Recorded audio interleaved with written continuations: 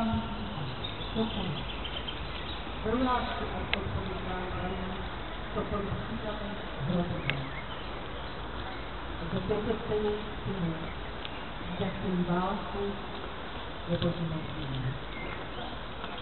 A nejen za svůj domov, za vlastní, tolik armíků padlo svůj. I proto, aby všude na zemi ti lidské byli klidně prosměni.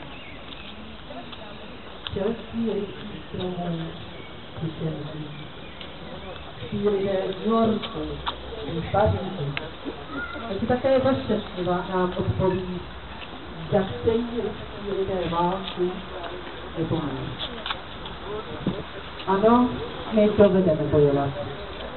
Kdo z nás by si však vůbec mohl přát, aby zase vládlo násilí a strach a vojáci umírali na frontách. Ptejte se matek, starý, usoužený.